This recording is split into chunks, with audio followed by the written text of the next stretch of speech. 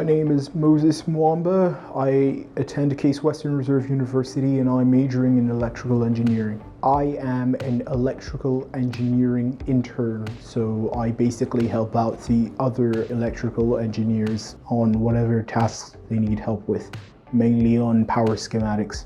I'm currently developing an app to help us automate the creation of power circuit schematics, and it's been going along pretty well. In the past, it took our engineers about 30 minutes per job, and using my application, which we're going to eliminate this 30-minute task for all jobs throughout the entire future of the company. So that's going to have a large impact. Overall, I love learning about what we do. I love what we do. And I realize I'm doing some small things that have an impact in the grand scheme of things.